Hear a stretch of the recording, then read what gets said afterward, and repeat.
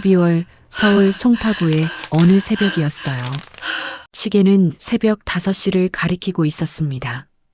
대부분의 사람들이 아직 따뜻한 이불 속에 있을 시간이죠. 하지만 한 할머니는 이미 집을 나서고 있었어요. 박순덕 할머니, 73이었습니다. 노란 조끼를 입은 할머니의 손에는 빗자루가 들려 있었어요. 노인 일자리 사업으로 거리 청소를 한 지 벌써 3년째였습니다. 한 달에 27만 원, 그것이 할머니가 손수 버는 전부였죠. 거리는 텅 비어 있었어요. 차가운 바람이 낙엽을 흩날렸습니다. 할머니는 두꺼운 파카를 입었지만 추위는 뼛속까지 파고들었어요. 오늘은 바람이 참 차네. 할머니는 작게 중얼거렸습니다. 빗자루를 움직일 때마다 손가락이 욱신거렸어요. 관절염 때문이었죠. 손가락을 제대로 펴기도 힘들었지만 할머니는 멈추지 않았습니다. 낙엽 한 장 한 장을 정성스럽게 쓸어 담았어요. 1시간이 지나고 2시간이 지났습니다. 지나가던 회사원이 할머니를 보고 고개를 숙였어요. 할머니, 추운데 고생 많으세요. 네, 조심해서 가세요. 할머니는 환하게 웃었습니다. 하지만 그 미소 뒤에는 깊은 피로가 숨어 있었어요. 주름진 얼굴, 굽은 허리, 거친 손. 오랜 세월의 고단함이 고스란히 담겨 있었죠. 7시가 되자 할머니는 빗자루를 정리했습니다. 오늘 일과가 끝났어요. 이제 집으로 돌아갈 시간이었습니다. 할머니는 천천히 발걸음을 옮겼어요. 허리가 아파서 빨리 걸을 수가 없었죠. 그렇게 한 걸음 한 걸음 집을 향해 걸어갔습니다. 할머니가 사는 곳은 낡은 빌라 3층이었어요. 계단을 오르는 것만으로도 숨이 찼습니다. 무릎이 시큰거렸죠. 할머니는 중간중간 멈춰서서 숨을 고르며 계단을 올랐어요. 드디어 집 앞에 도착했습니다. 문을 열자 좁은 원룸이 보였어요. 월세 35만 원짜리 방이었죠. 작은 냉장고 하나, 낡은 이불 하나, 그리고 전기장판. 그게 전부였습니다. 후, 오늘도 무사히. 할머니는 한숨을 쉬며 조끼를 벗었어요. 배가 고팠습니다. 아침을 걸은 채 청소를 했거든요. 할머니는 냉장고 문을 열었어요.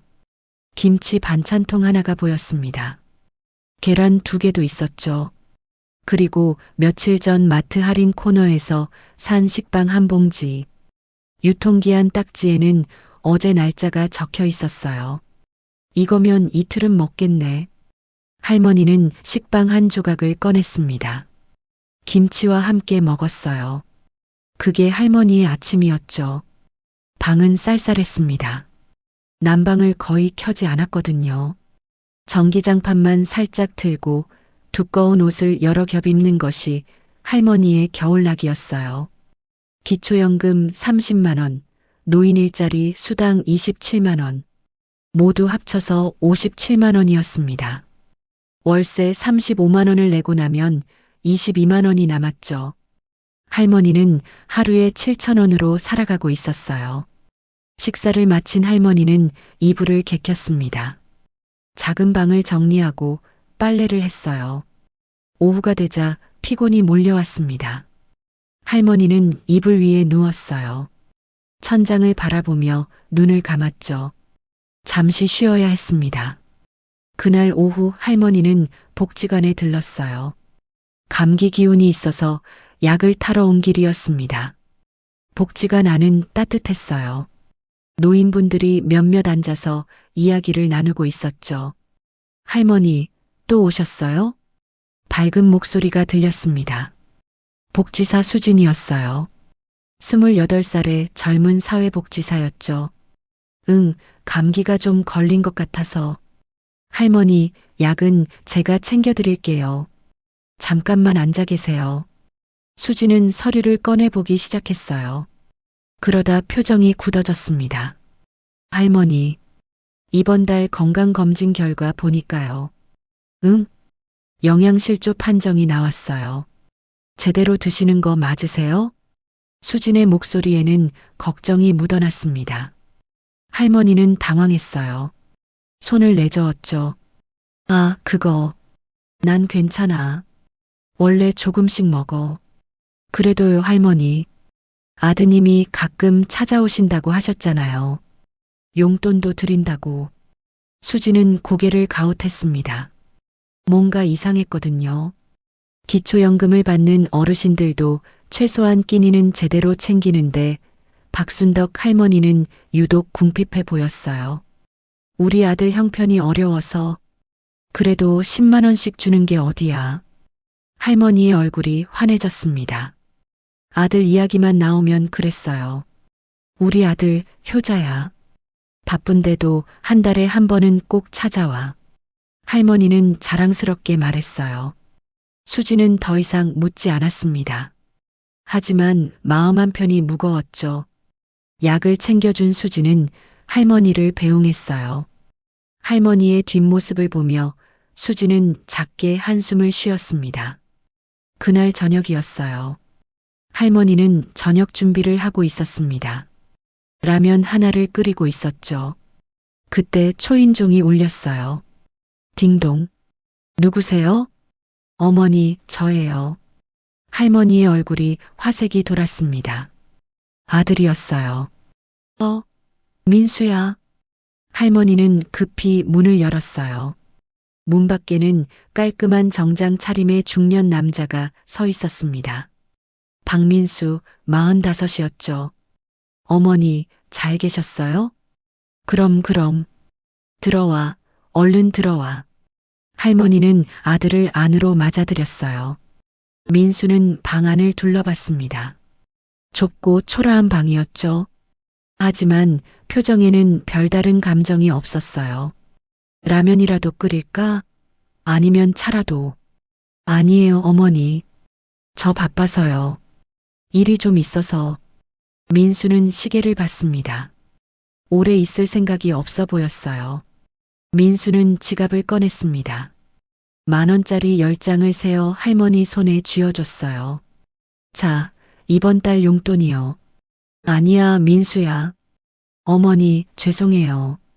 요즘 회사 사정이 안 좋아서 이것밖에 못 드려요. 민수의 목소리는 부드러웠습니다. 하지만 눈빛은 차가웠어요. 할머니는 손사래를 쳤습니다. 눈가가 촉촉해졌죠. 아니야. 이것만 해도 고마워. 내가 바쁜 거 아는데. 어머니, 건강 조심하시고요. 다음 달에 또 올게요. 민수는 벌써 일어서고 있었어요. 채 5분도 머물지 않았습니다. 그래, 조심해서 가거라.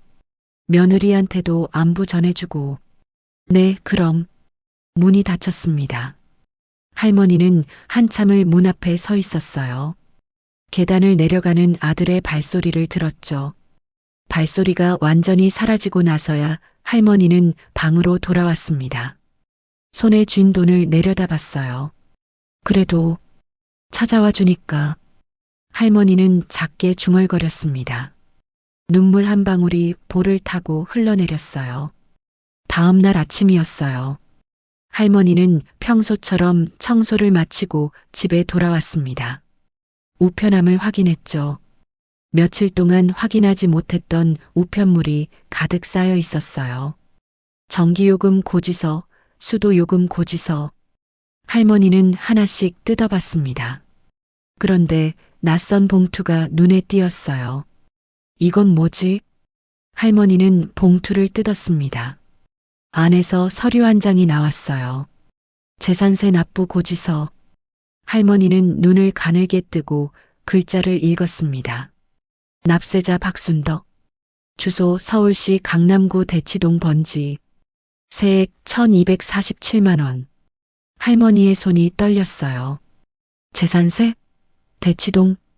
할머니는 고개를 갸웃했습니다. 이해할 수 없었어요. 할머니는 집이 없었거든요. 월세방에서 살고 있는데 무슨 재산세가 나올까요? 혹시 사기 편지는 아닐까? 할머니는 불안해졌습니다. 요즘 노인을 대상으로 한 사기가 많다는 뉴스를 본 적이 있었거든요. 할머니는 휴대전화를 꺼냈어요. 아들에게 전화를 걸었습니다. 여보세요? 민수야? 어머니, 지금 회의 중이에요. 아들의 목소리는 차가웠습니다. 아니, 급한 일이 있어서 이상한 편지가 왔는데 나중에 전화 드릴게요. 뚜 마이너스 마이너스. 전화가 끊겼어요. 할머니는 멍하니 휴대전화를 내려다봤습니다. 할머니는 다시 서류를 들여다봤어요. 강남구 대치동. 그곳은 비싼 동네라고 들었습니다. 할머니와는 아무 상관없는 곳이었죠.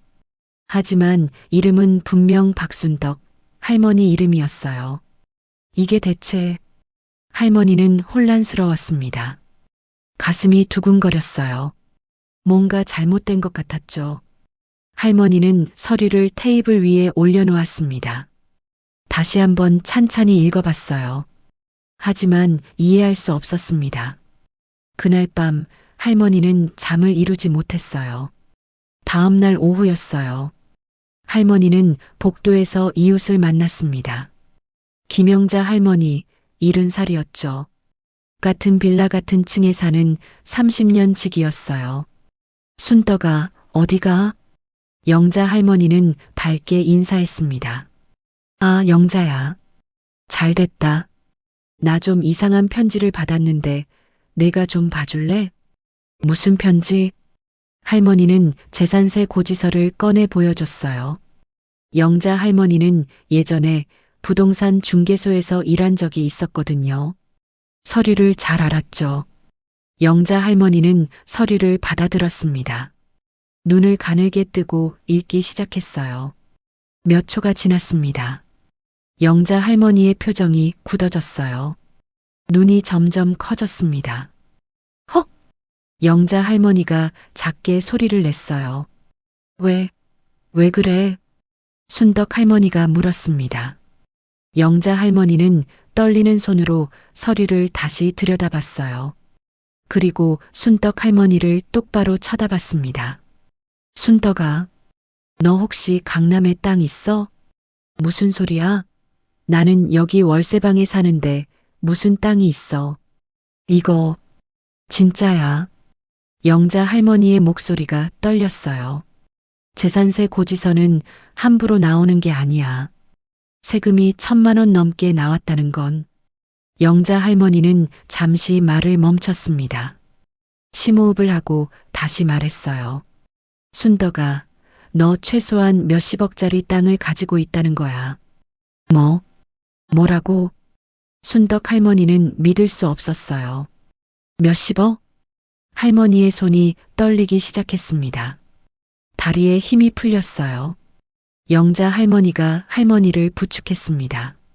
순덕아, 내일 당장 동사무소 가서 서류 좀 떼봐. 내 이름으로 뭐가 있는지 확인해야 해. 그런데 나는... 할머니는 말을 잇지 못했어요.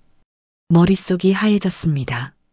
그 순간 20년 전 남편의 목소리가 떠올랐어요.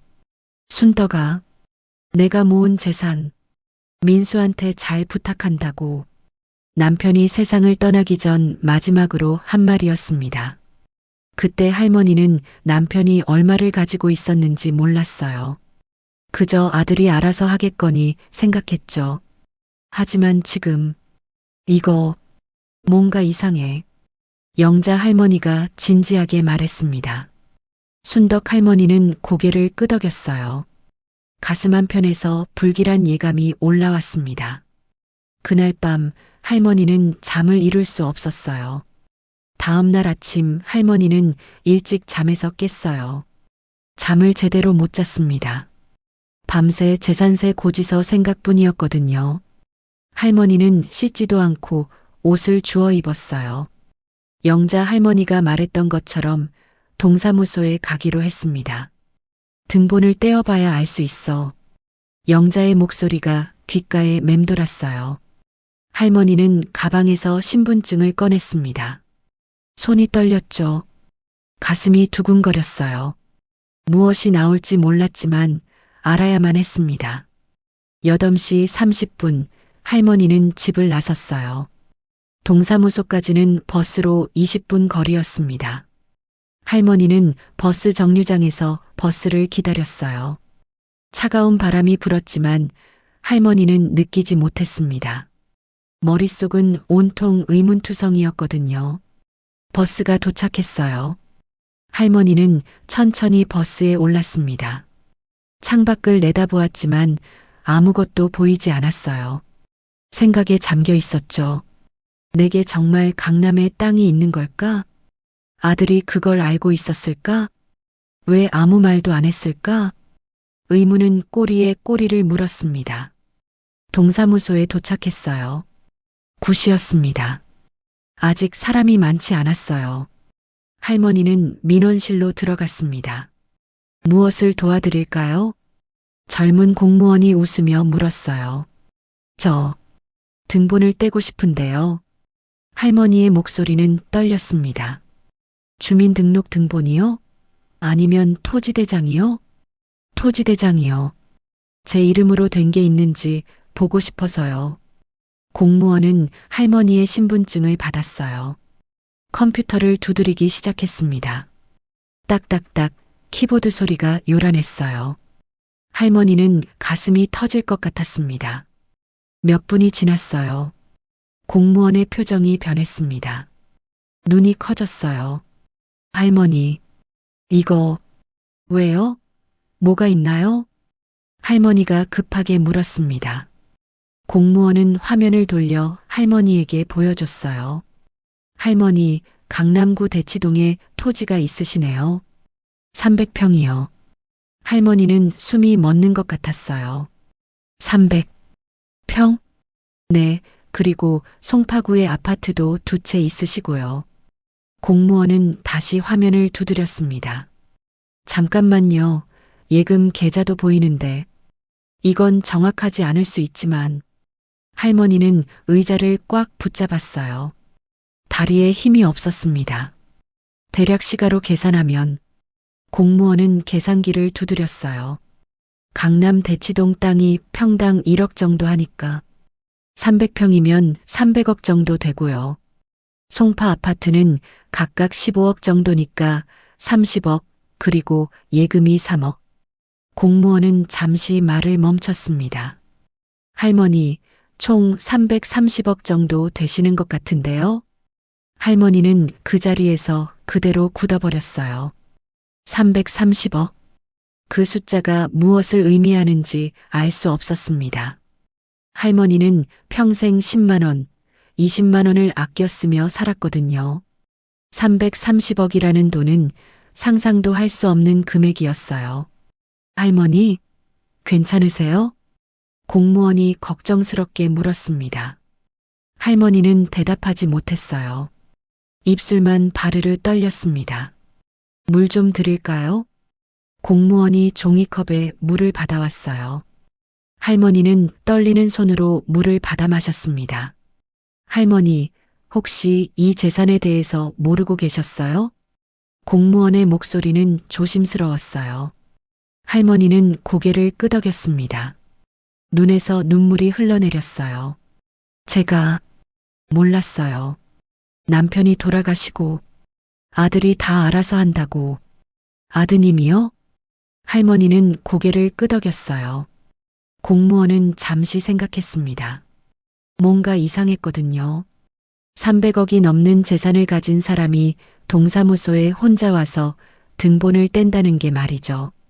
할머니, 혹시 법률 상담이 필요하시면 복지관 쪽에. 복지관? 할머니는 고개를 들었어요. 네, 무료 법률 상담을 하는 변호사님이 계세요. 화요일마다 오시거든요. 오늘이 마침 화요일이에요. 할머니는 잠시 망설였습니다. 하지만 알아야 했어요. 무슨 일이 벌어지고 있는지 정확히 알아야 했습니다. 그럼 가봐야겠네요. 제가 등본 출력해 드릴게요. 공무원은 프린터를 작동시켰어요. 서류가 주르륵 나왔습니다. 여러 장이었어요. 할머니는 그 서류들을 받아들었습니다. 무거웠어요. 종이는 가벼웠지만 그 의미가 너무 무거웠습니다. 할머니는 복지관으로 향했어요. 다리가 후들거렸지만 걸었습니다. 복지관까지는 걸어서 10분 거리였어요. 할머니는 천천히 걸었습니다. 머릿속이 복잡했어요. 330억이라니. 남편이 그렇게 많은 돈을 모았었나? 그럼 나는 왜 이렇게 살고 있는 거지? 복지관에 도착했습니다. 익숙한 건물이었어요.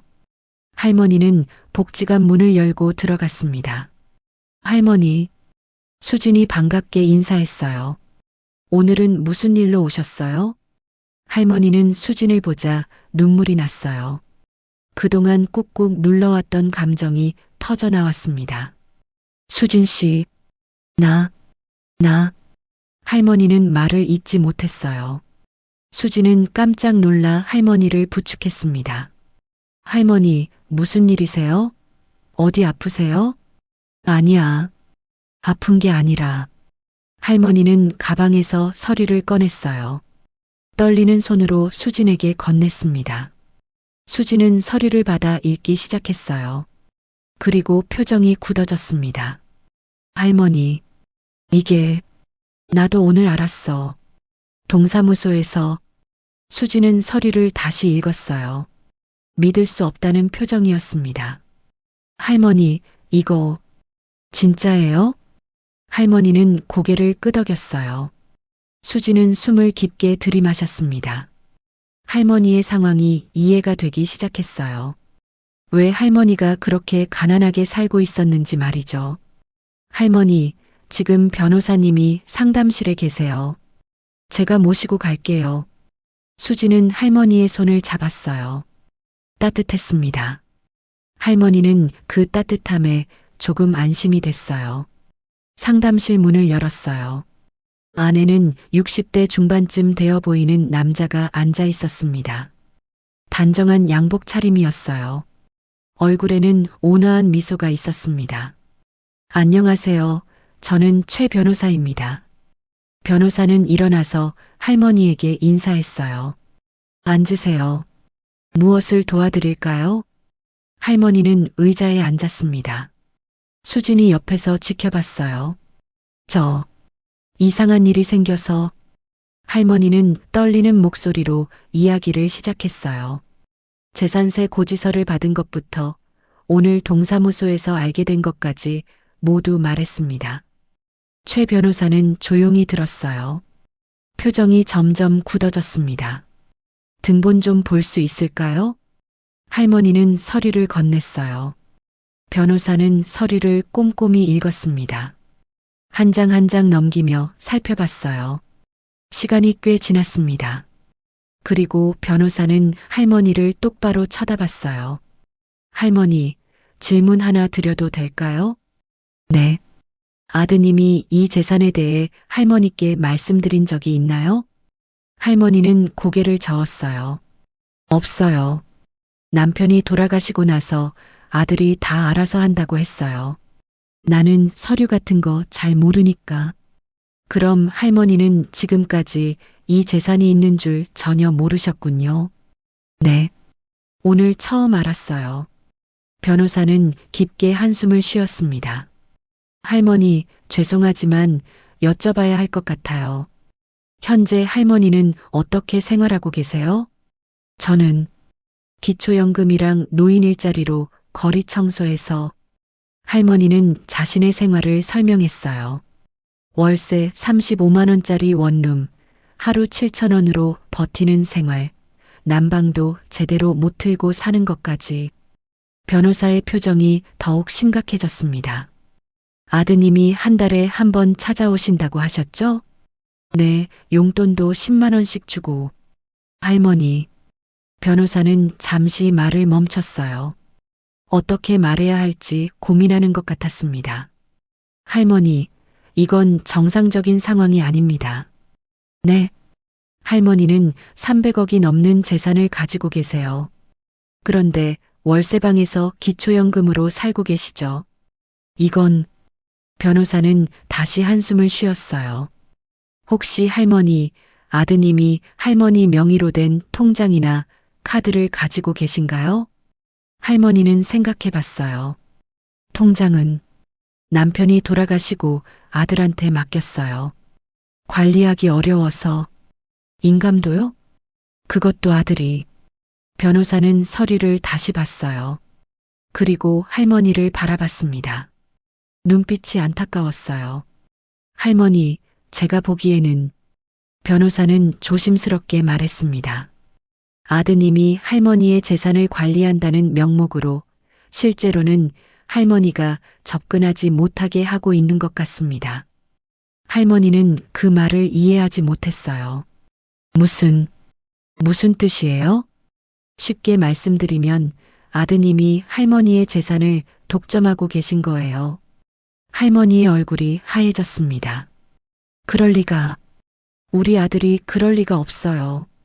할머니, 저도 이런 말씀드리기 싫습니다.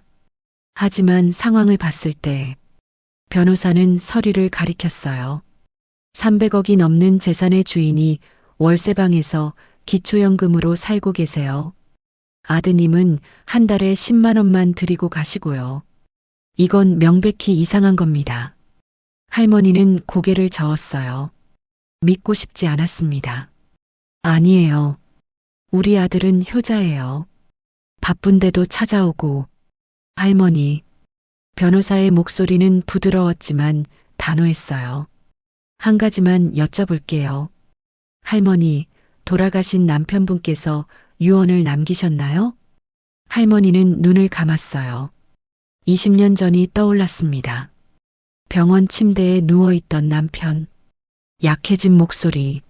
마지막 말. 남편이 마지막으로 말했어요. 할머니의 목소리가 떨렸습니다. 순덕아, 내가 모은 재산 민수한테 잘 부탁한다고 해. 내 앞으로 해놨으니까 아들이 잘 관리할 거야. 라고. 할머니 명의로 해놨다고 하셨군요. 네. 변호사는 고개를 끄덕였어요. 그럼 남편분은 할머니가 그 재산으로 편하게 사시길 원하셨을 거예요.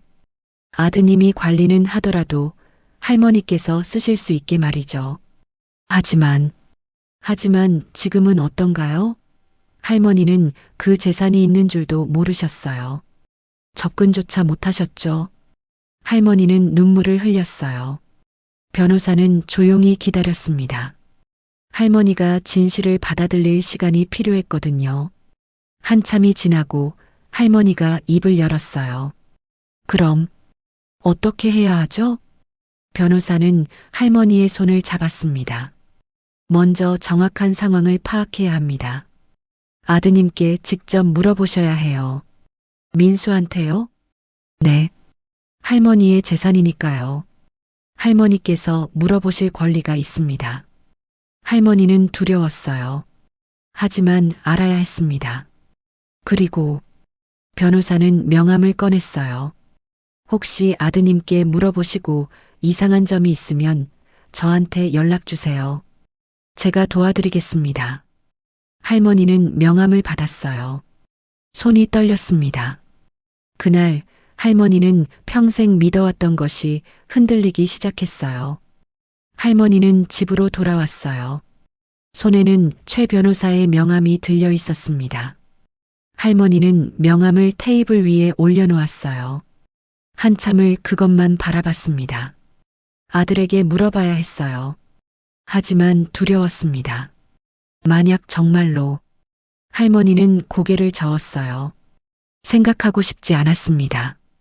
우리 아들이 그럴 리 없다고 계속 자신에게 말했어요. 하지만 의심은 점점 커졌습니다. 할머니는 휴대전화를 꺼냈어요. 아들의 번호를 찾았습니다. 손가락이 떨렸죠. 전화 버튼 위에 손가락을 올렸다가 다시 내렸어요. 여러 번 반복했습니다. 그리고 마침내 전화를 걸었어요. 신호음이 울렸습니다. 2번, 3번, 4번. 여보세요? 아들의 목소리였어요. 민수야. 엄마야. 어머니, 무슨 일이세요? 바쁜데. 할머니는 숨을 깊게 들이마셨습니다. 민수야, 너 엄마한테 할 말 없니? 할 말이요? 갑자기 왜 그러세요? 아들의 목소리는 평소와 다름없었어요. 할머니는 용기를 냈습니다. 엄마가 오늘 동사무소에 다녀왔어. 전화기 너머가 잠시 조용해졌어요. 동사무소요? 왜요? 등본을 떼어봤어. 엄마 이름으로 뭐가 있는지. 아들의 숨소리가 들렸습니다. 조금 거칠어진 것 같았어요. 어머니, 그게 무슨... 민수야. 할머니의 목소리가 떨렸어요. 강남에 땅이 있다는데 300평이나 아파트도 2채. 그게 정말이니?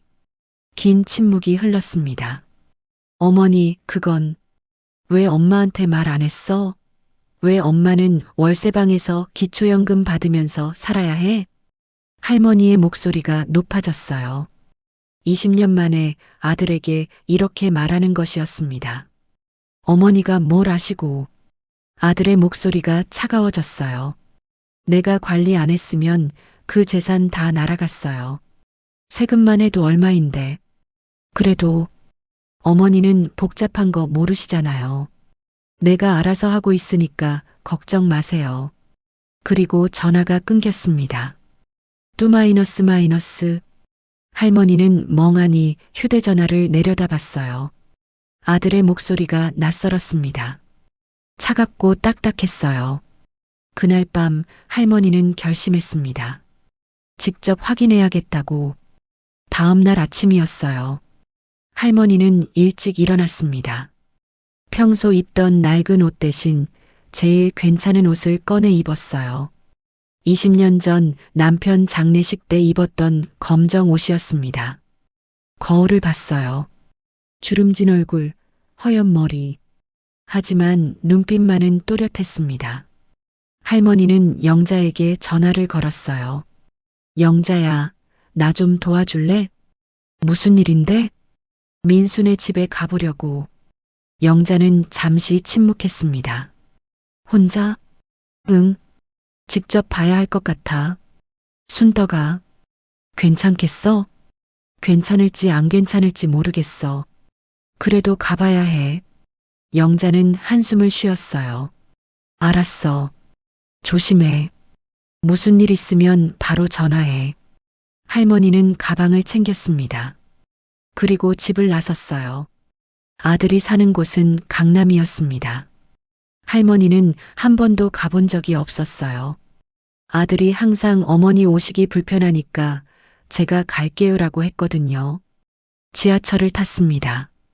환승을 2번 했어요. 할머니는 지하철을 잘 타지 않아서 헤맸습니다. 젊은 사람들에게 물어가며 겨우 찾아갔어요. 1시간 반이 걸렸습니다. 강남역에서 내렸어요. 높은 빌딩들이 즐비했습니다. 할머니는 고개를 들어 건물들을 올려다봤어요. 어지러웠습니다. 휴대전화를 꺼냈어요. 아들이 예전에 보낸 주소를 찾았습니다. 택시를 탔어요. 10분쯤 달렸습니다. 여기서 내리시면 됩니다. 택시 기사가 말했어요. 할머니는 돈을 냈습니다. 10,000원짜리 한 장. 아들이 준 용돈이었어요. 내리자 눈앞에 거대한 아파트 단지가 보였습니다. 펜트하우스였어요. 최고층이 40층이 넘어 보였습니다. 할머니는 입구로 걸어갔어요. 경비원이 있었습니다. 어디 찾으시나요? 저기, 박민수? 민수 씨 집에. 몇 동 몇 호시죠? 할머니는 휴대전화를 보여줬어요. 경비원은 고개를 끄덕였습니다.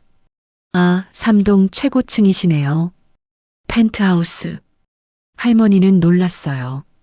펜트하우스라니. 저기 올라가도 될까요? 미리 연락하고 오셨나요? 아니요. 어머니예요. 민수 어머니. 경비원은 할머니를 위아래로 훑어봤습니다. 낡은 옷, 구부정한 허리. 의심스러운 표정이었어요. 잠시만요. 확인 좀 해보겠습니다. 경비원이 전화를 걸었어요. 할머니는 긴장했습니다. 몇 분이 지났어요. 경비원이 전화를 끊었습니다. 올라가세요. 3동 엘리베이터 타고 40층입니다. 감사합니다. 할머니는 천천히 걸어갔어요. 엘리베이터에 올랐습니다. 버튼을 눌렀어요. 40층. 엘리베이터가 올라가기 시작했습니다. 할머니의 심장도 빠르게 뛰었어요. 30층, 35층, 38층, 39층. 딩. 40층에 도착했습니다. 문이 열렸어요. 복도는 조용했습니다. 카펫이 깔려 있었어요. 할머니는 그 위를 조심스럽게 걸었습니다. 문이 하나밖에 없었어요. 한 층 전체가 한 집이었습니다. 할머니는 초인종을 눌렀어요. 딩동. 잠시 후 문이 열렸습니다. 며느리였어요. 화장을 진하게 하고 비싼 옷을 입고 있었습니다. 손에는 명품 가방이 들려 있었어요. 어머님? 며느리의 목소리는 놀라움과 당황이 섞여 있었습니다. 응. 갑자기 와서 미안하구나. 아니, 어쩐 일이세요? 연락도 없이. 며느리는 문을 조금만 열어놓고 있었어요. 안으로 들어오라는 말을 하지 않았습니다. 민수 있니? 할 얘기가 있어서. 여보는 지금 회사에. 그때 안쪽에서 목소리가 들렸어요. 엄마, 누가 왔어? 어린아이 목소리였습니다. 할머니는 깜짝 놀랐어요. 손주? 며느리의 얼굴이 굳었어요. 그게. 할머니는 더 이상 기다리지 않았습니다. 문을 밀고 안으로 들어갔어요. 넓은 거실이 펼쳐졌습니다. 천장이 높았어요. 거대한 창문으로 서울 전경이 보였습니다. 비싼 가구들, 큰 TV, 그림들.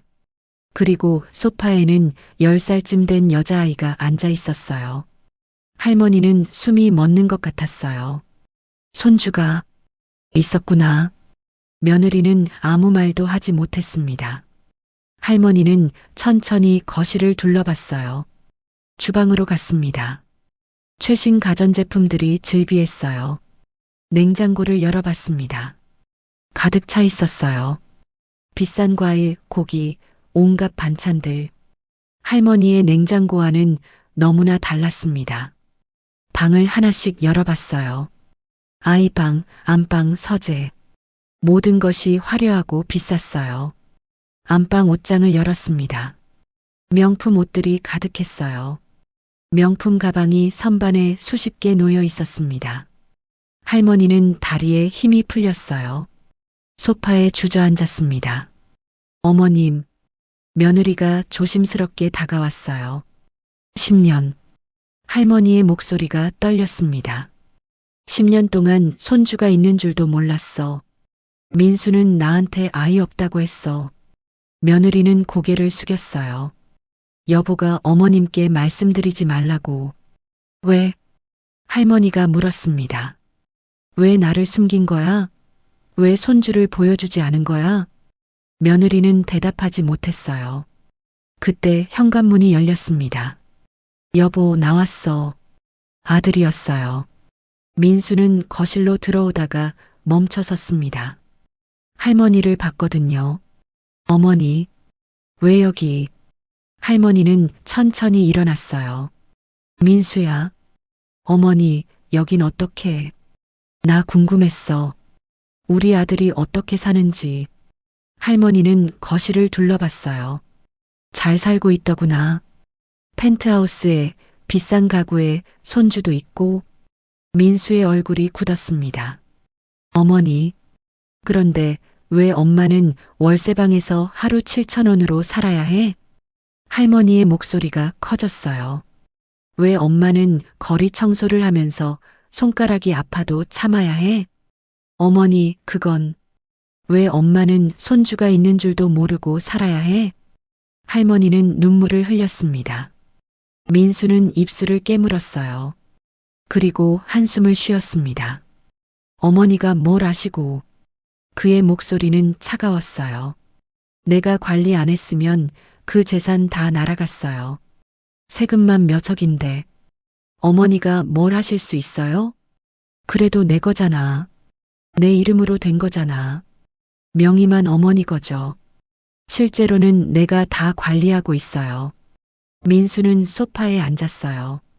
다리를 꼬고 팔짱을 꼈습니다. 어머니, 솔직히 말씀드릴까요?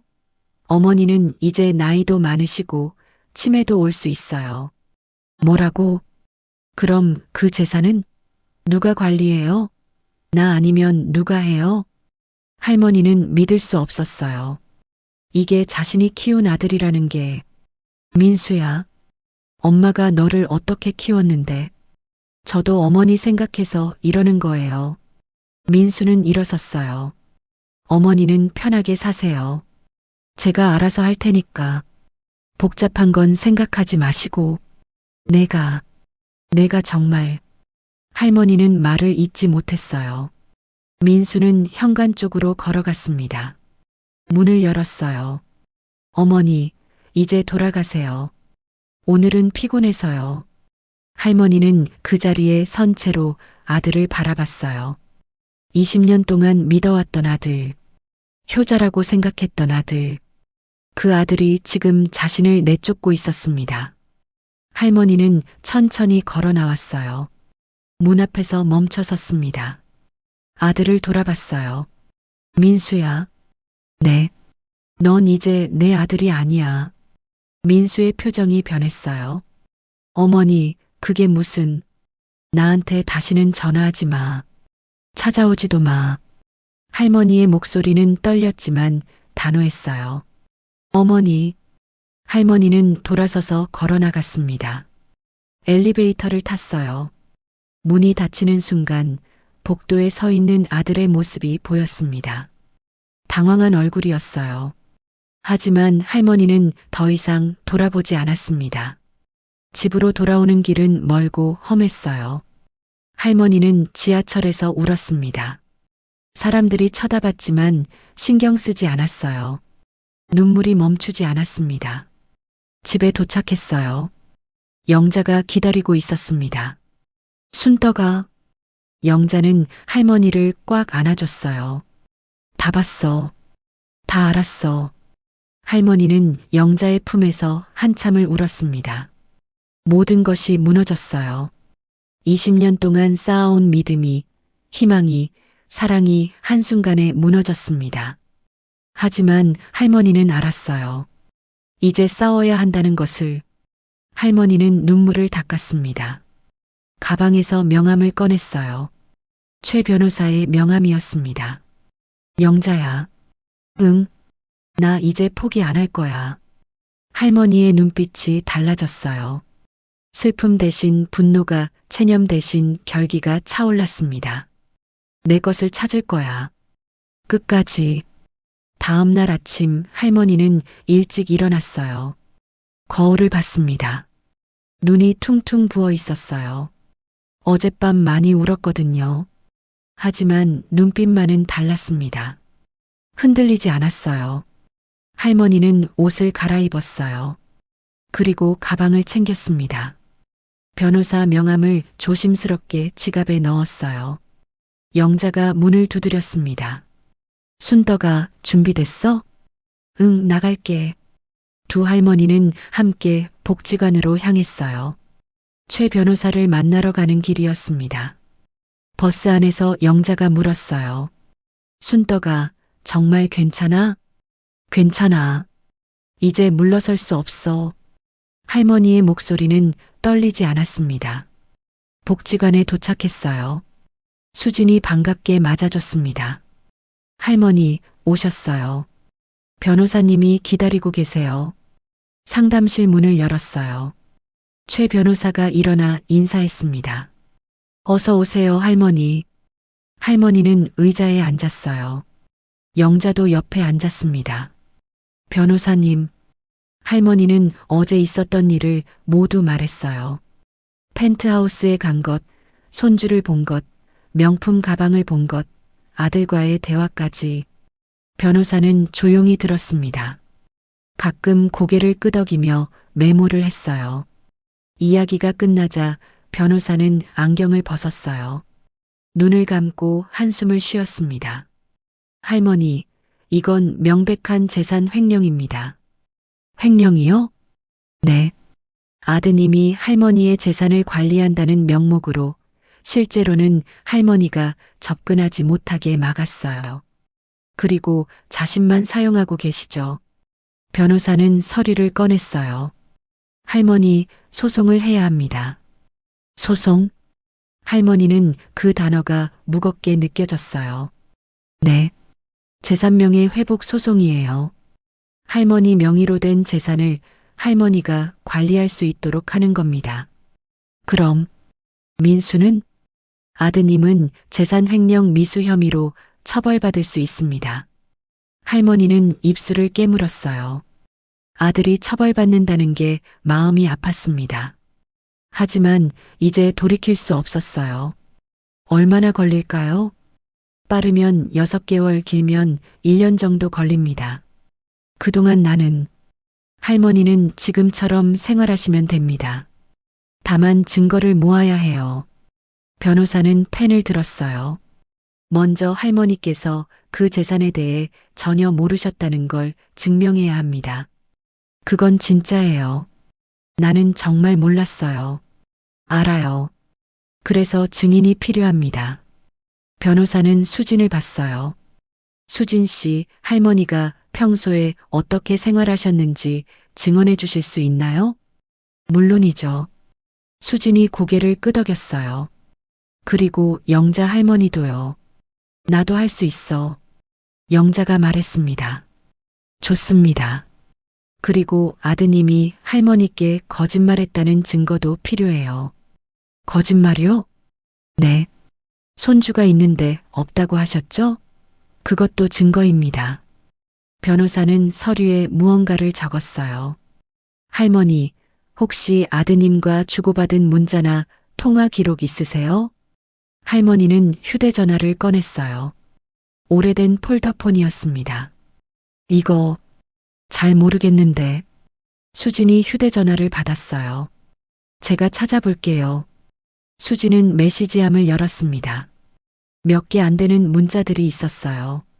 대부분 아들에게서 온 것이었습니다. 어머니, 이번 달 용돈 드립니다. 건강하세요. 어머니, 바빠서 못 갈 것 같아요. 어머니, 복잡한 건 제가 알아서 할게요. 짧고 형식적인 문자들이었어요. 이것도 증거가 될 수 있어요. 변호사가 말했습니다. 아드님이 할머니를 의도적으로 재산 관리에서 배제했다는 거죠.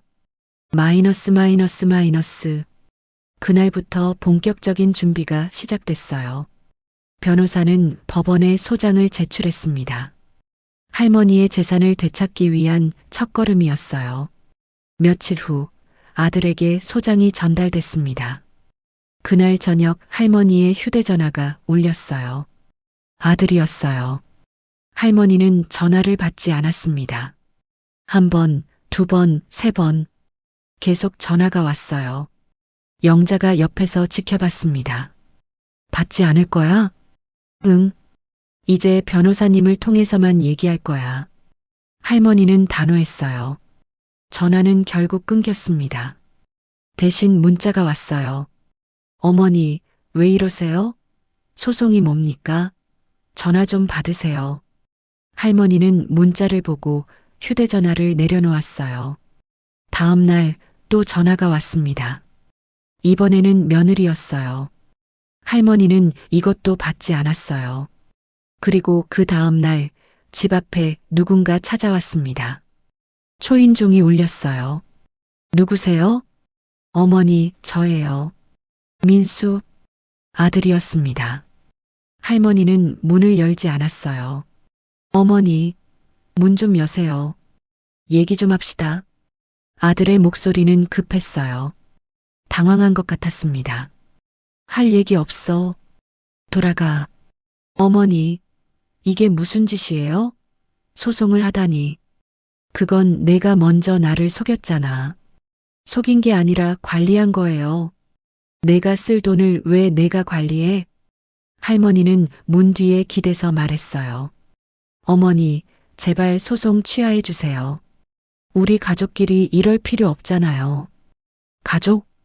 할머니는 쓴웃음을 지었어요. 너한테 나는 가족이었어? 10년 동안 손주도 숨기고 나는 거리 청소시키면서 그건 이제 너랑 얘기 안 해. 변호사한테 얘기해. 할머니는 더 이상 대답하지 않았어요. 아들은 한참을 문 앞에 서 있었습니다. 그리고 결국 돌아갔어요. 마이너스. 2주가 지났어요. 법원에서 첫 조정기일 통지서가 왔습니다. 한 달 후였어요. 변호사는 할머니를 불렀습니다. 할머니, 법정에 가기 전에 준비해야 할 게 있어요. 무엇인가요? 아드님 측에서도 변호사를 선임했습니다.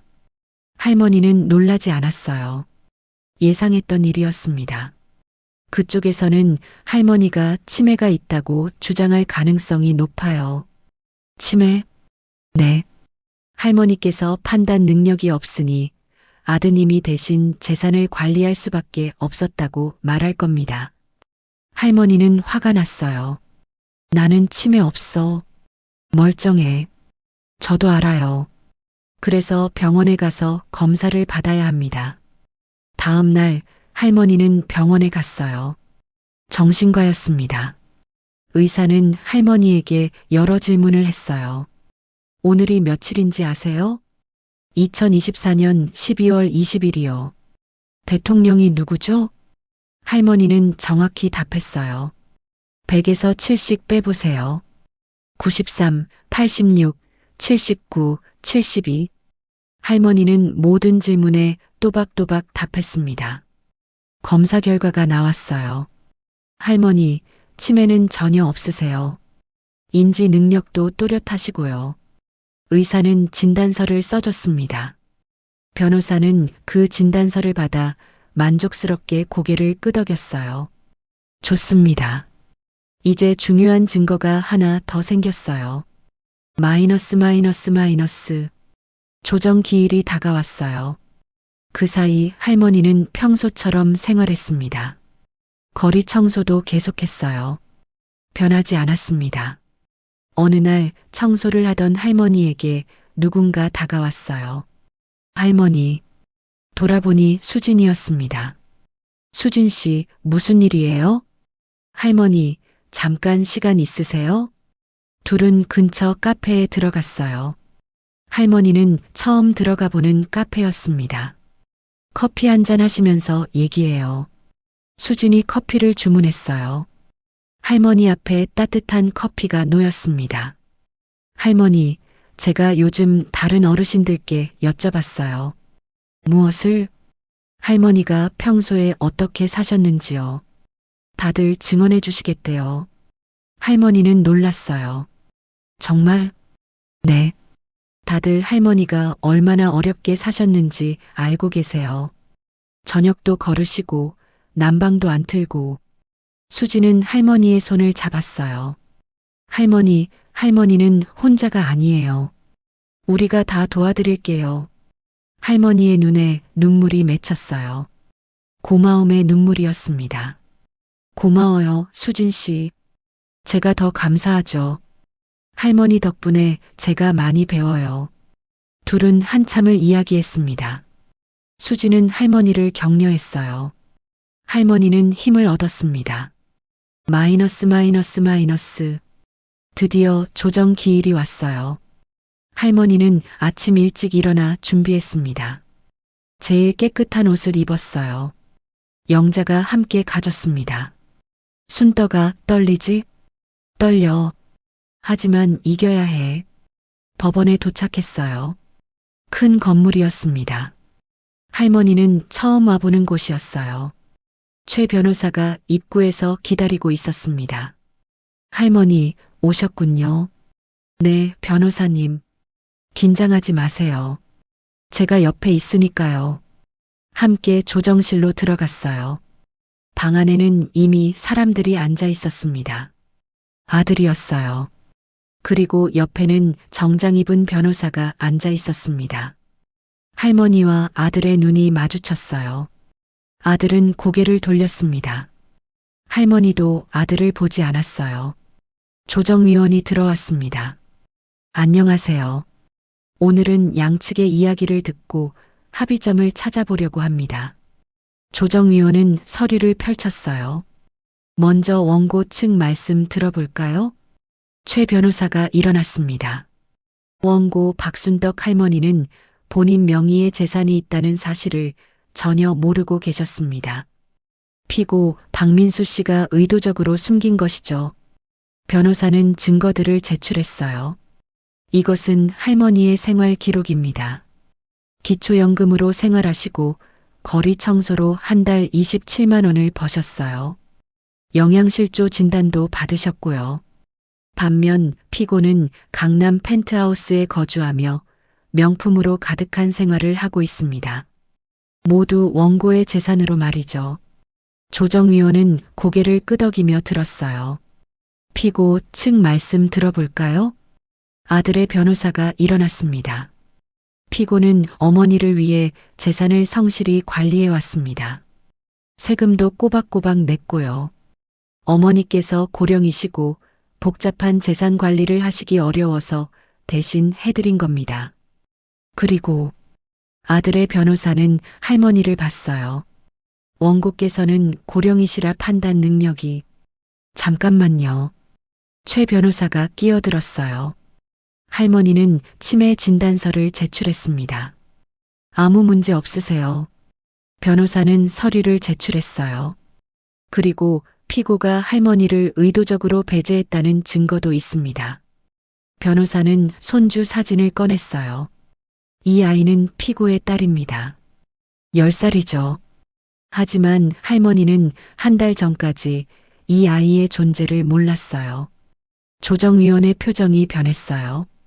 손주를 숨겼다는 말씀이신가요? 네. 의도적으로요. 아들의 변호사는 당황했어요. 그건 가족 간의 사정으로 330억 재산을 독차지하는 건 괜찮나요? 최 변호사의 목소리는 날카로웠어요. 조정실이 조용해졌습니다. 조정위원은 한참을 생각했어요. 양측 말씀 잘 들었습니다. 합의 가능성을 타진해 볼까요? 피고 측에서는 어떤 제안이 있으신가요? 아들의 변호사가 아들과 속삭였어요. 그리고 입을 열었습니다. 원고께 매달 생활비 200만 원을 드리는 것으로. 안 돼요. 할머니가 처음으로 입을 열었어요.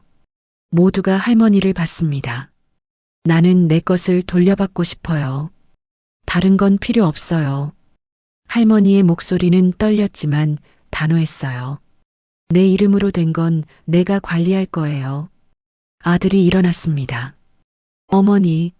어머니가 뭘 하실 수 있다고. 앉으세요. 조정위원이 말했어요. 원고께서 거부하셨으니 합의는 어렵겠네요.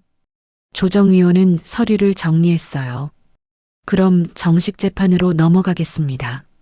첫 조정은 결렬됐어요. 하지만 할머니는 후회하지 않았습니다. 이제 진짜 싸움이 시작되는 거였어요. 조정이 결렬된 후 정식 재판이 시작됐어요. 2달이 흘렀습니다. 그 사이 변호사는 더 많은 증거를 모았어요. 동네 사람들의 증언, 복지관 기록, 병원 진료 기록까지. 할머니는 계속 거리 청소를 했어요. 매일 새벽 5시에 일어났습니다. 변하지 않았어요. 순덕아, 힘들지 않아? 영자가 물었습니다. 힘들어. 하지만 이겨야 해. 할머니는 포기하지 않았어요. 마침내 재판 날이 왔습니다. 할머니는 일찍 일어나 준비했어요. 제일 깨끗한 옷을 입었습니다. 거울을 봤어요. 주름진 얼굴이지만 눈빛은 강했습니다. 영자와 수진이 함께 가줬어요. 셋은 법원으로 향했습니다. 법정에 들어갔어요. 생각보다 많은 사람들이 있었습니다. 방청객들이 자리를 채웠어요. 할머니의 사연이 언론에 알려졌거든요. 70대 할머니, 아들의 재산 횡령에 맞서 싸우다. 신문 기사가 나갔습니다. 사람들이 관심을 가졌어요. 할머니는 자리에 앉았습니다. 최 변호사가 옆에 앉았어요. 할머니, 긴장하지 마세요. 네, 변호사님. 반대편에는 아들이 앉아 있었어요. 며느리도 함께였습니다. 둘 다 창백한 얼굴이었어요. 판사가 들어왔습니다. 기립. 모두가 일어났어요. 재판이 시작됐습니다. 마이너스 마이너스 마이너스. 판사는 서류를 읽었어요. 한참이 지났습니다. 원고 측 입장 들어보겠습니다. 최 변호사가 일어났어요. 존경하는 재판장님, 이 사건은 단순한 재산 분쟁이 아닙니다. 변호사의 목소리는 명확했어요. 이것은 약자에 대한 착취입니다. 노인 학대입니다. 변호사는 증거를 제출했어요. 원고 박순덕 할머니는 73세입니다. 20년 전 남편이 돌아가시면서 300억이 넘는 재산을 물려받았습니다. 하지만 할머니는 그 사실을 전혀 몰랐습니다. 피고가 숨겼기 때문입니다. 변호사는 사진을 보여줬어요. 이것은 할머니가 사시는 집입니다. 월세 35만 원짜리 원룸입니다. 방청객들이 웅성거렸어요. 이것은 할머니의 냉장고입니다. 거의 비어 있습니다. 유통기한 지난 식빵으로 끼니를 때우셨어요. 사진이 계속 나왔습니다. 할머니의 가난한 생활이 낱낱이 공개됐어요. 반면 피고는 어떻습니까? 변호사는 다른 사진을 보여줬어요. 강남 펜트하우스에 삽니다. 평당 시세 1억이 넘는 곳입니다. 명품 가방이 수십 개입니다. 한 개에 수천만 원씩 하는 것들입니다. 그리고 손주를 10년간 숨겼습니다. 방청객들이 놀란 표정을 지었어요. 변호사는 아들을 바라봤어요. 피고는 원고를 의도적으로 가난하게 만들었습니다. 왜일까요? 원고가 재산에 대해 알게 되면 관리권을 빼앗길까봐 두려웠기 때문입니다. 이것은 명백한 재산 횡령입니다. 변호사는 자리에 앉았어요. 판사는 고개를 끄덕였습니다. 피고 측 입장 들어보겠습니다. 아들의 변호사가 일어났어요. 재판장님, 피고는 어머니를 위해 재산을 관리했습니다. 어머니께서 고령이시고 재산 관리 능력이 이에 있습니다. 최 변호사가 일어났어요. 원고는 치매 진단을 받았습니다. 전혀 문제 없습니다. 변호사는 진단서를 제출했어요. 판사가 진단서를 읽었습니다. 인정합니다. 계속하세요. 아들의 변호사는 당황했어요. 그렇지만 복잡한 재산 관리를 복잡하면 전문가를 고용하면 됩니다. 최 변호사가 말했어요. 왜 아들이 독점해야 합니까? 판사가 손을 들었어요. 증인 신문 들어가겠습니다. 첫 번째 증인이 나왔어요. 수진이었습니다. 증인은 원고를 얼마나 알고 있습니까? 판사가 물었어요. 3년 정도 알고 지냈습니다. 저는 복지관 사회복지사입니다. 원고의 생활에 대해 아는 대로 말해주세요. 수진은 깊게 숨을 들이마셨어요. 할머니는 기초연금 30만 원과 노인 일자리 수당 27만 원으로 생활하셨어요. 월세를 내고 나면 하루에 7천 원밖에 안 남았습니다. 영양실조 진단을 받으셨고 겨울에도 난방을 제대로 못 틀었어요. 수진의 목소리가 떨렸어요. 한 번은 추워서 손이 얼어서 병원에 오신 적도 있었어요. 방청객들이 숨을 죽였어요. 그런데 피고는 한 달에 10만 원만 드렸습니다. 저는 이해할 수 없었어요. 아들이라면서 왜 그렇게 적은 돈만. 수지는 울먹였어요. 판사가 휴지를 건넸습니다. 이제 알았습니다. 피고가 할머니의 재산을 숨기고 있었던 거예요. 다음 증인은 영자였어요. 증인은 원고와 어떤 관계입니까? 30년 지기 이웃입니다. 같은 빌라에 살아요. 원고에 대해 아는 대로 말해주세요. 영자는 할머니를 봤어요. 할머니가 고개를 끄덕였습니다. 순덕이는 평생 남을 위해 살았어요. 영자의 목소리는 떨렸어요.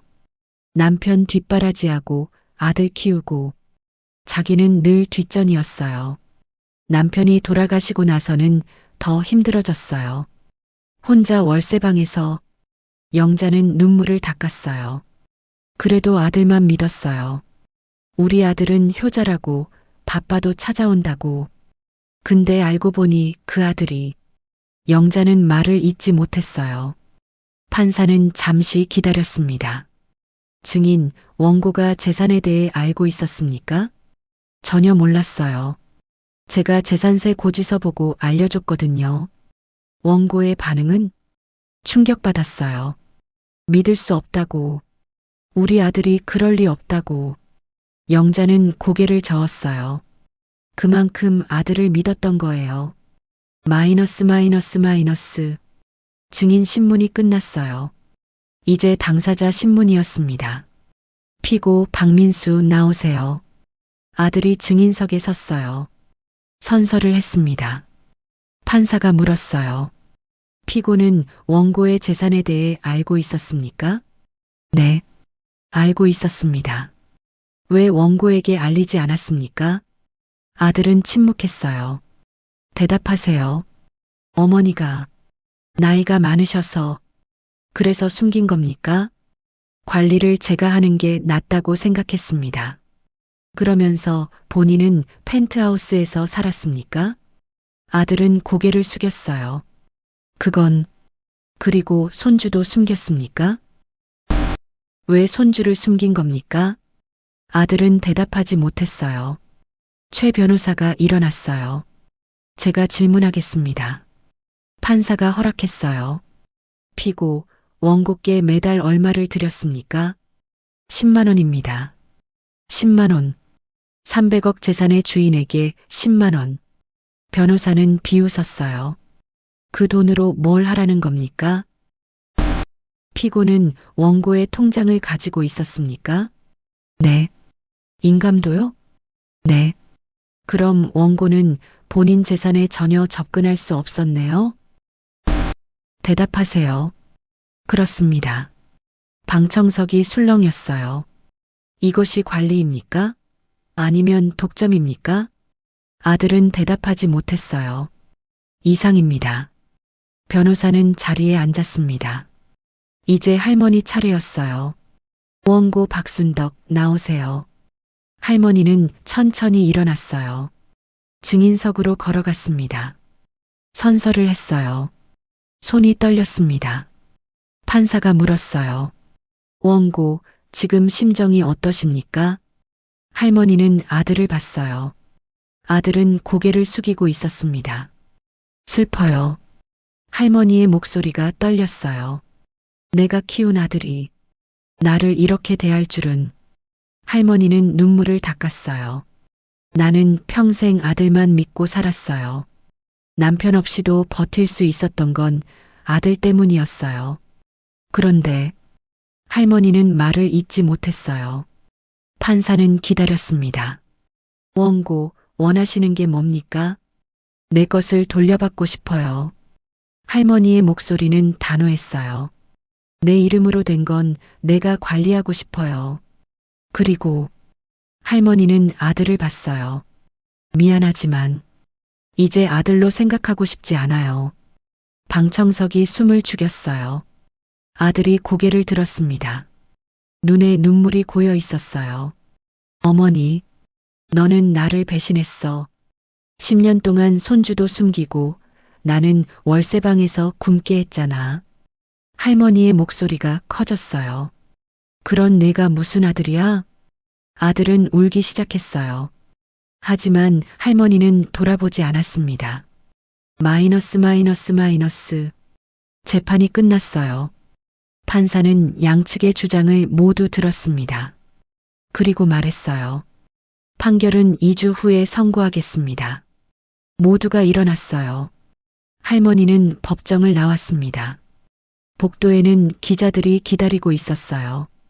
할머니, 한 말씀 해주세요. 지금 기분이 어떠세요? 할머니는 고개를 숙이고 지나갔어요. 최 변호사가 막아줬습니다. 질문은 판결 이후에 받겠습니다. 집으로 돌아가는 길 할머니는 피곤했어요. 하지만 마음은 홀가분했습니다. 순덕아, 잘했어. 영자가 말했어요. 응, 이제 끝이 보여. 2주가 지났습니다. 그 사이 할머니는 평소처럼 생활했어요. 거리 청소도 계속했습니다.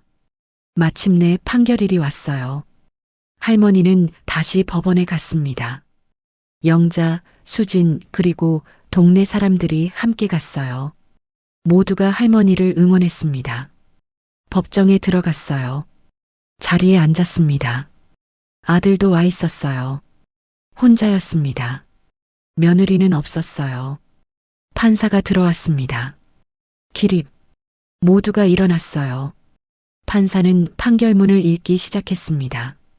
이 사건은 명백한 재산 횡령 미수입니다. 피고 박민수는 원고의 재산을 관리한다는 명목으로 실제로는 원고를 재산에서 배제했습니다. 이는 노인 학대에 해당합니다. 판사의 목소리는 엄숙했어요. 따라서 다음과 같이 판결합니다. 할머니는 숨을 죽였어요. 원고 박순덕의 모든 재산은 원고가 직접 관리한다. 피고는 원고의 재산에 대한 모든 권리를 포기한다.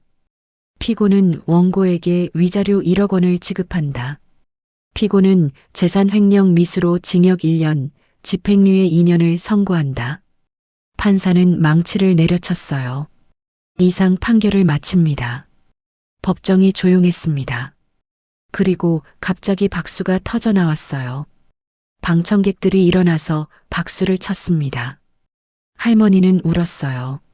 최 변호사가 할머니를 안아줬습니다. 할머니, 이겼어요. 승리하셨어요. 영자도 울었어요. 수진도 울었습니다. 할머니는 정말로 이긴 거였어요. 마이너스 마이너스 마이너스. 법정을 나왔어요. 복도에서 아들이 기다리고 있었습니다. 어머니. 할머니는 아들을 봤어요. 아들은 무릎을 꿇었습니다. 어머니, 죄송합니다. 제가 잘못했어요. 아들은 울었어요. 용서해 주세요. 제발. 할머니는 한참을 아들을 내려다봤어요. 그리고 천천히 입을 열었습니다. 민수야. 네, 어머니. 나는 너를 용서해. 아들이 고개를 들었어요. 하지만 할머니는 고개를 저었어요. 이제 우리는 남이야. 다시는 날 찾지 마. 어머니. 할머니는 돌아섰습니다. 더 이상 뒤돌아보지 않았어요. 영자가 할머니의 팔을 잡았습니다. 함께 걸어 나갔어요. 아들의 우는 소리가 뒤에서 들렸습니다. 하지만 할머니는 멈추지 않았어요. 밖은 화창했습니다. 겨울이었지만 햇살이 따뜻했어요. 할머니는 하늘을 올려다봤습니다. 여보, 나 해냈어. 할머니는 하늘을 향해 말했어요. 남편에게 하는 말이었습니다. 우리 재산 내가 지켰어.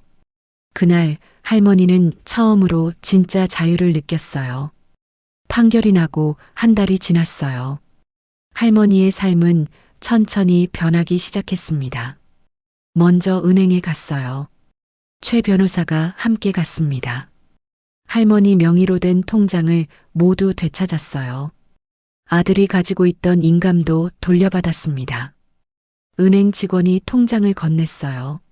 잔액 확인하시겠어요? 할머니는 고개를 끄덕였습니다. 통장에 찍힌 숫자를 봤어요. 3억 2천만 원. 할머니는 숨이 멎는 것 같았습니다. 평생 이렇게 큰 돈을 본 적이 없었거든요. 할머니, 이건 시작이에요. 부동산 정리하면 더 늘어날 겁니다. 변호사가 말했어요. 할머니는 고개를 끄덕였습니다. 하지만 실감이 나지 않았어요. 은행을 나왔어요. 거리를 걸었습니다. 평소와 같은 거리였지만 뭔가 달라 보였어요. 순떡아, 이제 뭐 하고 싶어? 영자가 물었습니다. 할머니는 생각했어요. 뭐 하고 싶을까? 평생 남을 위해 살았는데 이제 뭘 하고 싶은지 잘 모르겠었어요. 모르겠어. 아직은. 천천히 생각해. 시간 많아. 영자가 웃었습니다. 다음 날 할머니는 평소처럼 새벽에 일어났어요. 습관이었습니다. 거리 청소를 하러 나갈 시간이었죠. 옷을 입다가 멈췄어요. 이제 안 해도 되는데. 하지만 할머니는 옷을 다 입었습니다. 노란 조끼를 걸쳤어요. 거리로 나갔습니다. 새벽 공기는 여전히 차가웠어요. 할머니는 빗자루를 들었습니다. 낙엽을 쓸기 시작했어요. 1시간쯤 지났을까요? 동료 할머니 하나가 다가왔어요. 순덕 씨, 아직도 나오세요? 뉴스 봤어요. 이제 부자 되셨다며? 할머니는 쓴웃음을 지었어요. 부자는 무슨, 그냥 내 것 찾은 거예요. 그래도요. 이제 이런 일 안 하셔도 되잖아요. 할머니는 빗자루를 내려다봤어요. 그래도 할 게 없어서요. 동료 할머니는 고개를 끄덕였습니다. 알아요. 나도 그래요. 집에만 있으면 답답해서 둘은 함께 청소를 했어요. 해가 떠올랐습니다. 일을 마치고 집으로 돌아가는 길이었어요. 할머니는 문득 생각했습니다. 나는 이제 뭘 하며 살아야 할까? 그날 오후 수진이 찾아왔어요. 할머니, 안녕하세요. 아이고, 수진 씨. 어쩐 일이야? 할머니께 드릴 게 있어서요. 수진은 봉투를 꺼냈어요. 이게 뭐야? 편지예요. 복지관 어르신들이 쓰신 거예요. 할머니는 봉투를 열었습니다. 안에는 손 편지들이 가득했어요. 순떡 할머니, 용기 내주셔서 감사해요. 할머니 덕분에 우리도 힘이 났어요. 할머니는 우리의 영웅이에요. 할머니는 편지를 읽으며 울었어요. 이렇게까지. 할머니가 하신 일은 정말 대단한 거예요. 수진이 말했어요. 비슷한 처지에 있는 어르신들이 많아요. 자식들한테 속고 재산 빼앗기고 그런데 싸울 용기가 없으셨대요. 내가 용기를 준 거야? 네. 할머니가 이기셨잖아요. 그게 다른 분들한테 희망이 된 거예요. 할머니는 편지를 꼭 안았습니다.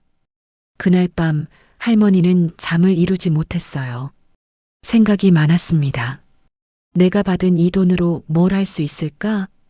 나만 편하게 살 수도 있어요. 좋은 집으로 이사 가고 맛있는 것 먹고 여행도 다니고. 하지만 그게 전부일까요? 할머니는 수진이 한 말을 떠올렸어요. 비슷한 처지에 있는 어르신들이 많아요. 할머니는 천천히 생각을 정리했습니다. 일주일 후 할머니는 변호사를 찾아갔어요. 변호사님, 상담 좀 하고 싶어요. 물론이죠. 무슨 일이세요? 할머니는 메모지를 꺼냈어요. 며칠 동안 적어둔 것이었습니다. 재단을 만들고 싶어요. 재단이요? 네. 나처럼 어려운 어르신들을 돕는 재단이요. 변호사는 놀란 표정을 지었어요. 할머니, 월세가 밀려서 쫓겨날 것 같은 어르신들한테 월세를 지원해주고 싶어요. 할머니의 목소리는 단호했어요. 아니면 병원비 없어서 치료 못 받는 분들한테 병원비를 대주고, 그리고 나처럼 자식한테 속은 어르신들한테는 무료 법률 지원을 해주고 싶어요. 변호사는 한참을 할머니를 바라봤어요. 할머니, 정말 대단하세요. 뭐가 대단해요? 나도 도움 받았잖아요. 이제 내가 도울 차례죠. 변호사는 고개를 끄덕였습니다. 알겠습니다. 제가 도와드리겠습니다. 그날부터 준비가 시작됐어요. 재단 이름을 정했습니다. 희망 나눔 재단. 간단한 이름이었어요. 하지만 의미가 깊었습니다. 할머니는 재산 중 10억을 재단에 기부했어요. 그 돈으로 어려운 어르신들을 돕기 시작했습니다. 석 달이 지났어요. 할머니의 새로운 일상이 시작됐습니다. 아침에는 여전히 산책을 했어요. 거리 청소는 그만뒀지만 걷는 것은 계속했습니다. 오전에는 재단 사무실에 들렀어요. 작은 사무실이었습니다. 수진이 상근 직원으로 일했어요. 할머니, 오늘 신청서가 5건 들어왔어요. 그래, 어떤 분들이야? 한 분은 월세가 밀려서 쫓겨날 위기예요. 또 한 분은 병원비가 없어서. 할머니는 하나하나 신청서를 읽었어요. 그리고 결정했습니다. 다 도와드려. 할머니, 그럼 예산이. 괜찮아. 내가 더 보탤게. 할머니는 주저하지 않았어요. 점심에는 복지관에서 봉사를 했습니다. 어르신들에게 식사를 나눠드렸어요. 순덕 씨, 고마워요. 아니에요. 제가 더 고맙죠. 오후에는 영자와 차를 마셨어요. 둘만의 시간이었습니다. 순덕아, 요즘 좋아 보여. 그래. 응. 눈빛이 달라졌어. 예전에는 지쳐 보였는데 이제는 살아있어. 할머니는 웃었어요. 그런가. 나도 그런 것 같아. 저녁에는 집에서 쉬었습니다. 여전히 월세방에 살고 있었어요. 영자가 물었어요. 순덕아, 왜 이사 안 해? 이제 좋은 집으로 갈 수 있잖아. 여기가 편해. 오래 살았잖아. 그래도 큰 집에 혼자 살면 외로울 것 같아. 여기가 좋아. 할머니는 진심이었어요. 화려한 집보다 익숙한 곳이 더 좋았습니다. 반년이 지났어요. 재단은 이미 10명이 넘는 어르신을 도왔습니다. 월세 지원, 병원비 지원, 법률 지원까지. 할머니는 가끔 지원받은 어르신들을 만났어요. 할머니, 정말 감사합니다. 할머니 덕분에 집을 지켰어요. 아니에요. 당연한 거예요. 할머니는 천사예요. 할머니는 손사래를 쳤어요. 천사는 무슨, 나도 도움받은 사람이에요. 그러던 어느 날이었어요. 복지관에 낯선 할머니가 찾아왔습니다. 60대 중반쯤 돼 보였어요. 박순덕 할머니 계세요? 네, 접니다. 할머니가 대답했어요. 도움이 필요해서 왔어요. 그 할머니는 울먹였어요. 제 딸이 제 통장을 가져갔어요. 그 이후로 연락이 안 돼요. 할머니는 그 얘기를 듣고 가슴이 아팠어요. 자신의 과거가 떠올랐습니다. 여기 앉으세요. 천천히 얘기해봐요. 할머니는 그 할머니를 앉혔어요. 차를 내왔습니다. 1시간 넘게 이야기를 들었어요. 그리고 변호사를 소개해줬습니다. 최 변호사님이 도와주실 거예요. 걱정하지 마세요. 정말 감사합니다. 그 할머니는 울었어요. 할머니는 그 모습을 보며 생각했습니다. 이게 내가 할 일이구나. 1년이 지났어요. 할머니는 완전히 새로운 삶을 살고 있었습니다. 재단은 100명이 넘는 어르신을 도왔어요.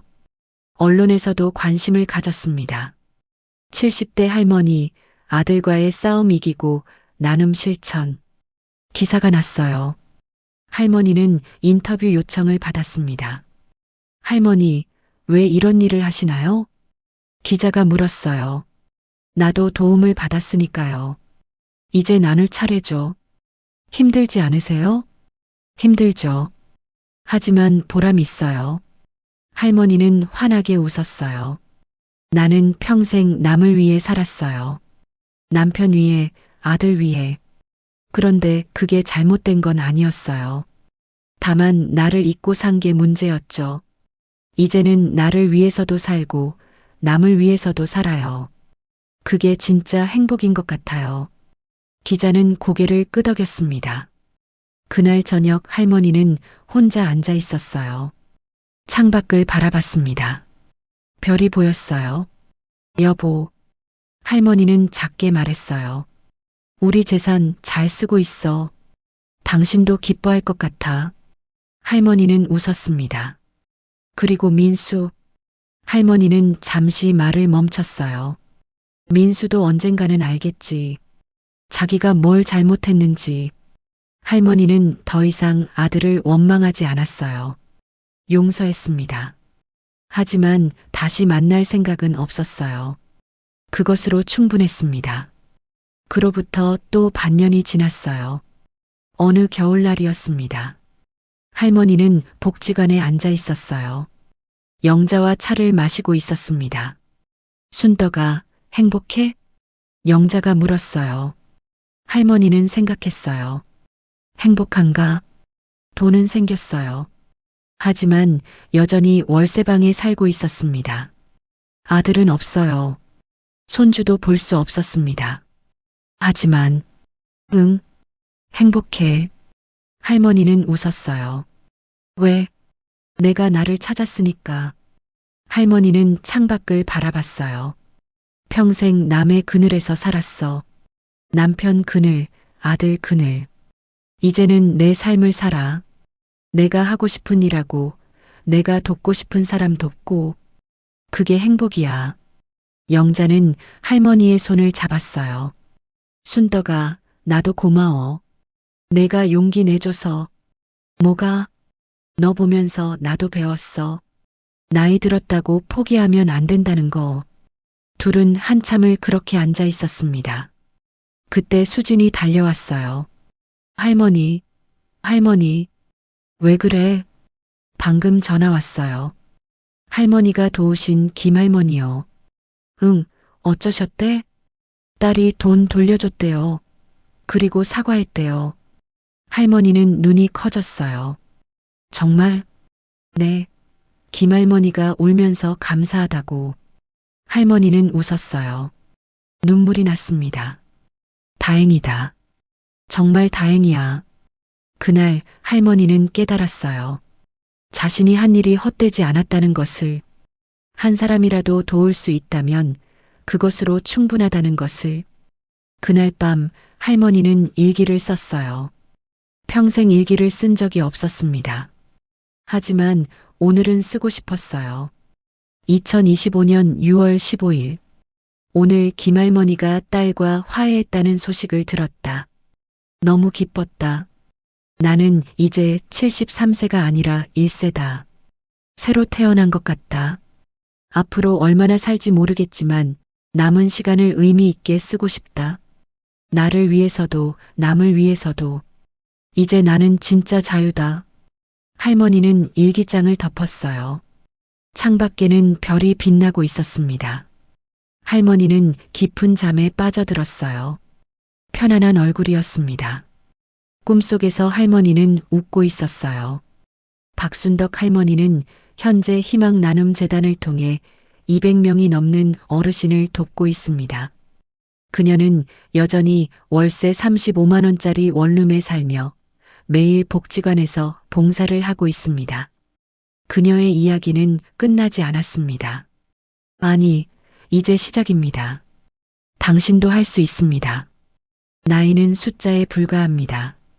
당신의 인생, 당신이 주인공입니다.